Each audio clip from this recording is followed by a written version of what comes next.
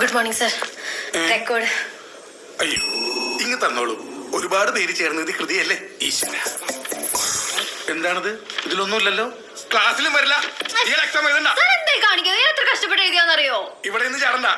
അതിലെ പതുക്കെ പോയി എടുത്താൽ യൂണിഫോം പോലും ഇടില്ല. ഒരു കണക്കിന് നന്നായി.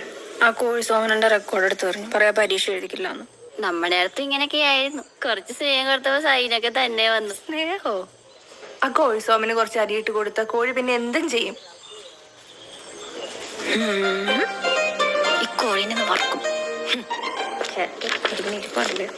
സർ, താൻ എന്തിനീ റെക്കോർഡ് ബുക്കും കൊണ്ട് പിന്നെ വന്നത്? എന്നെ വെറുതെ ദേഷ്യം പിടിപ്പിക്കുന്നത് കേട്ടാ. അത് കാണാൻ വേണ്ടി തന്നെയാ വന്നത്. എന്ത്? സാറിന് ദേഷ്യം വരുന്ന കാണാൻ അല്ലെങ്കിൽ ഒരു പ്രത്യേക സ്റ്റൈൽ. അതെ, എന്തിനാ എപ്പോഴും മസിൽ പിടിച്ചിരിക്കുന്നത്? ചെറിയൊരു എന്റർടൈൻമെന്റ് ഒക്കെ ആയിക്കോട്ടെ. എനിക്കും എന്റർടൈൻമെന്റ് ഒക്കെ ഇഷ്ടമാണ്. പക്ഷേ തന്റെ എന്റർടൈൻമെന്റ് ഫുൾ ടൈം സിനിമ നോക്കല്ലേ? ഇനിയിപ്പോ എന്താ, ഞാൻ ഇന്ന് രാത്രിയും പോയായിരുന്നു സെക്കൻഡ് ഷോയ്ക്ക്. പിന്നെ കമ്പനി ഇല്ലാത്തതുകൊണ്ട് വേണ്ടാന്ന് വെച്ചു. സെക്കൻഡ് ഷോയ്ക്കാണോ? സെക്കൻഡ് ഷോയ്ക്കാണെങ്കിൽ ഞാൻ ഫ്രീ. ആക്ച്വലി സ്റ്റുഡൻസ് ആയിട്ടൊക്കെ മിങ്കിൾ ചെയ്യാൻ എനിക്ക് വലിയ ഇഷ്ടം. ഞാൻ ടിക്കറ്റ് ബുക്ക്. പിന്നെന്താ, എത്ര പഠിക്കാം? തിയേറ്റർ. ഞാൻ വെയിറ്റ് ചെയ്യാം. ഓക്കെ. ഏതാ പടം? Sex and the city. ആണോ? സൂപ്പർ പടം. ആ റെക്കോർഡിംഗ് ഓക്കെ, ഞാൻ തന്നെ എഴുതിക്കൊള്ളാം. ശരി, അപ്പൊ രാത്രി കാണാം. പാവം കുട്ടിയല്ലേ?